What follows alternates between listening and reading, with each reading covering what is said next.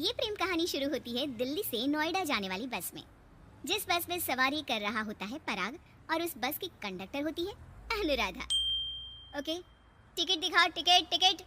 चाचा का प्लेन नहीं चल रहा है यहाँ तेरा, जिसमें फ्री में सवारी कर रहा है। हिसाब देना होता है हम लोगों को, सरकार को। निकाल पैसे, चल। पराग दूर से अनुराधा को देखता है। अरे यार, कितनी धाकड़ लड़की है, मजाल है कोई कुछ बोल दे। कितनी समझदार और कितनी कॉन्फिडेंट। आज से मैं तो इसी बस में घर जाया करूंगा। अब क्या था, भले पराग को घर जाने के लिए 10 बस छोड़नी पड़े, भले 20 किलोमीटर की यात्रा खड़े होकर पूरी करनी पड़े, लेकिन आने जाने का सिलसिला वो अनु की बस पर ही करता। एक दिन, ओ क्या करता है तू? हाँ, मैं नोटिस करती हूँ, देखता रहता है मुझे जब देखो तब।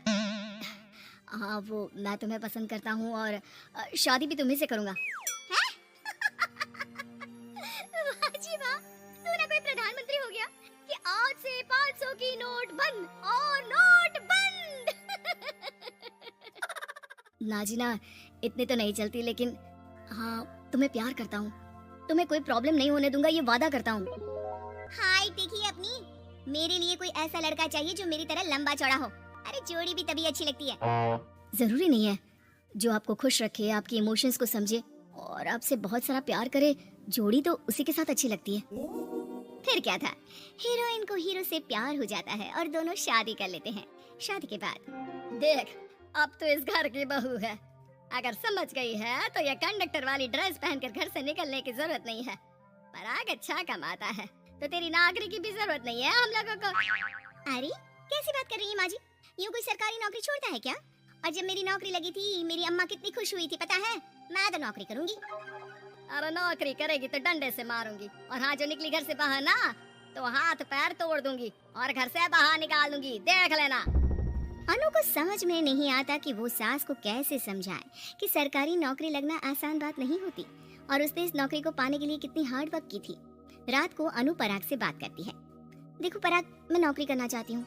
मुझे नहीं पता था कि तुम्हारी माँ को मेरी नौकरी से प्रॉब्लम होगी, वरना से बात नहीं है, मैं माँ को समझाता हूँ। अगले रोज, देखो माँ, महंगाई का जमाना है और मेरी प्राइवेट नौकरी है, आज है कल का पता नहीं। वैसे भी अनु की सैलरी मेरी सैलरी के बराबर है, अगर ये भी नौकरी करेगी तो हम लोगों को जिंदगी जीने में आसान हो जाएगी ना। सास को बेटे की बात समझ में आती है और वो अनु की नौकरी के लिए मान जाती है। अगले रोज, बेटा बहू, तुम लोगों को लेकर मुझे कुल देवी के दर्शन के लिए जाना है, तो रविवार को दोनों सुबह ही तैयार हो जाना। अगले रोज दोनों तैयार हो जाते हैं और कुल देवी के मंदिर पहुंच जाते हैं। क्या संतोषी बहन, ये कैसी बहू ले आई हो? बहू बेटा लग रही है और बेटा बहू। अरे कोई पहलवानी लड़ानी थी क्या, जो इतनी लंबी चौड़ी बहू ले आई? अब क्या बताए पंडित जी, जो बेटे ने पसंद किया हमने उसे हाँ कर दी। अब बेटा जाने और उसका परिवार, और ये तो बस कंडक्टर की नौकरी करती है, इंटरस्टेट। अरे सच्ची? वाह वाह वाह, ये तो बड़ी बात है संतोषी, तुम तो किस्मत वाली निकली जो सरकारी नौकरी की बहू ले आई। ये तो वही बात हो गई कि घी के लड्डू का कोई शेप थोड़ी ना देखता है तो घी का लड्डू ही। सास को बहू की तारीफ सुनकर बिल्कुल अच्छा नहीं लगता। वो जल्दी से पूजा पाठ करवा कर उन लोगों को घर ले आती है। एक रोज, संतोषी बहन, तुम लोगों का घर बड़ा अजीब सा लगता है। भाई साहब बहन जी और बहन जी भाई साहब जैसी। अरे बस किया कर, सरकारी नौकरी देखी तो हाँ बोल दिया, और इतना भी क्या, पैसे की चिंता। चलती हूँ, खाना बनाना है। क्यों, बहू नहीं बनाती क्या खाना?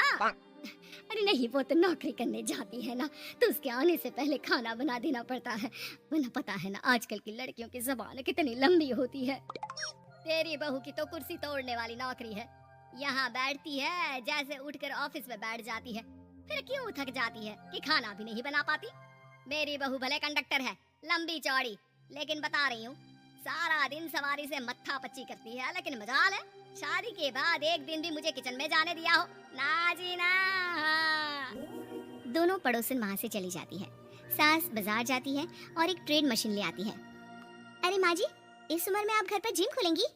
अरे तेरे लिए लाई हूँ, रोज चलाकर 2 घंटे इस पर, पतली हो जाएगी, और खाना कम खाया कर, जब देखो बकरी की तरह मुंह चलता रहता है तेरा। वाह जी वाह, एक ही तो शौक है खाना खाने का, वो भी रोक दो। हाँ, लेकिन सास तो सास थी, बहू के खाने से लेकर एक्सरसाइज सब का हिसाब किताब रखने लगती है।